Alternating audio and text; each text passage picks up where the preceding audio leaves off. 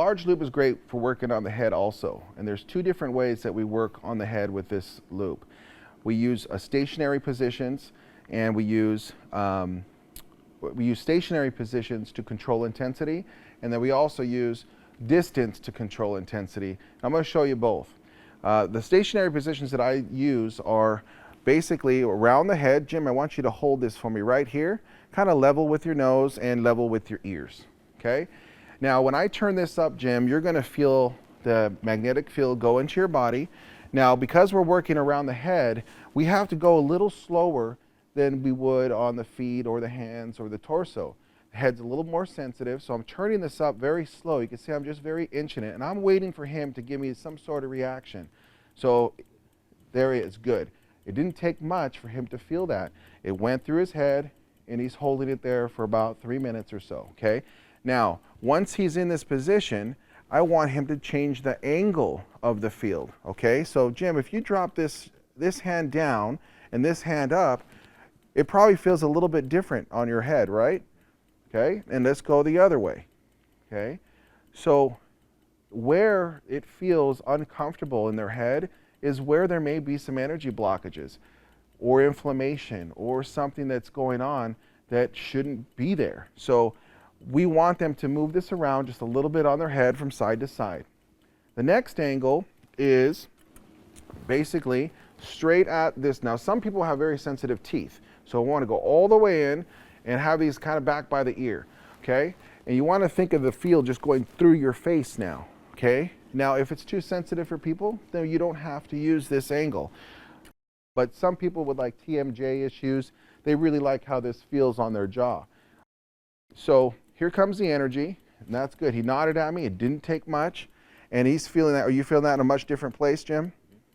Perfect. So these are the stationary positions, and now we're going to talk about using controlling intensity with distance instead of just the intensity knob. Around the head, we have to turn it up very slow when we have the loop on the head. What we're finding is that we can use higher intensities around the head if we control the intensity with distance. So let me explain that to you. When I turn this machine on, it's a light tick. That may be all the threshold he can take on his head right now, okay? Now, if I turn this up high to where the tick is much higher, okay, it's a lot of intensity. Probably the last thing I want to do is put this on my face directly, okay? It'd be pretty strong. But over here, I'm going to just show you on his shoulder real quick, okay?